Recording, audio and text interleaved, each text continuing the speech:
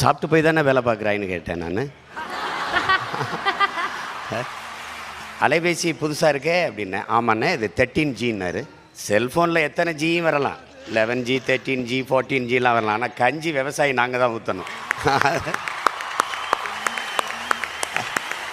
எல்லோரும் நினைக்கிறாங்க காசை கொடுத்தா கடையில் காய்கறி ஃப்ரெஷ்ஷாக கிடைக்குங்கிறாங்க. ஆனால் அந்த காய்கறி கடைக்கு வர்றதுக்கு தொலைதூரத்தில் ஒரு விவசாயி வெயிலில் காஞ்சி மழையில் நனைஞ்சி ரத்தம் வேர்வையாக உடம்பில் ஊற்றி உப்பு பூக்க கண்ணு மொழி பிதுங்க கண்ணச்சதை தொங்க வெம்பாடு பட்டு உழைச்சா தான் உங்களுக்கு காய்கறி கடைக்கு வருது, அரிசி பருப்பு வருதுங்கிறத கவனத்தில் வச்சுக்கணும். விண்வெளியில் பறக்கிறோம், வானூர்தியில் பறக்கிறோம். வளர்ச்சி வானூர்தியில் போகிறவனுக்கும் பூமியில் இருந்தால் சோறு போகணுங்கிறத கவனிக்கணும். நீங்கள் எந்த நாட்டிலையும் கார் இல்லை செல்ஃபோன் இல்லைன்னு புரட்சி வந்ததில்லை. ஆனால் நீரும் சோறு இல்லைன்னா அங்கே புரட்சி வராமல் இருந்ததில்லை. அதுக்கான டீசர் உங்களுக்கு புரிகிற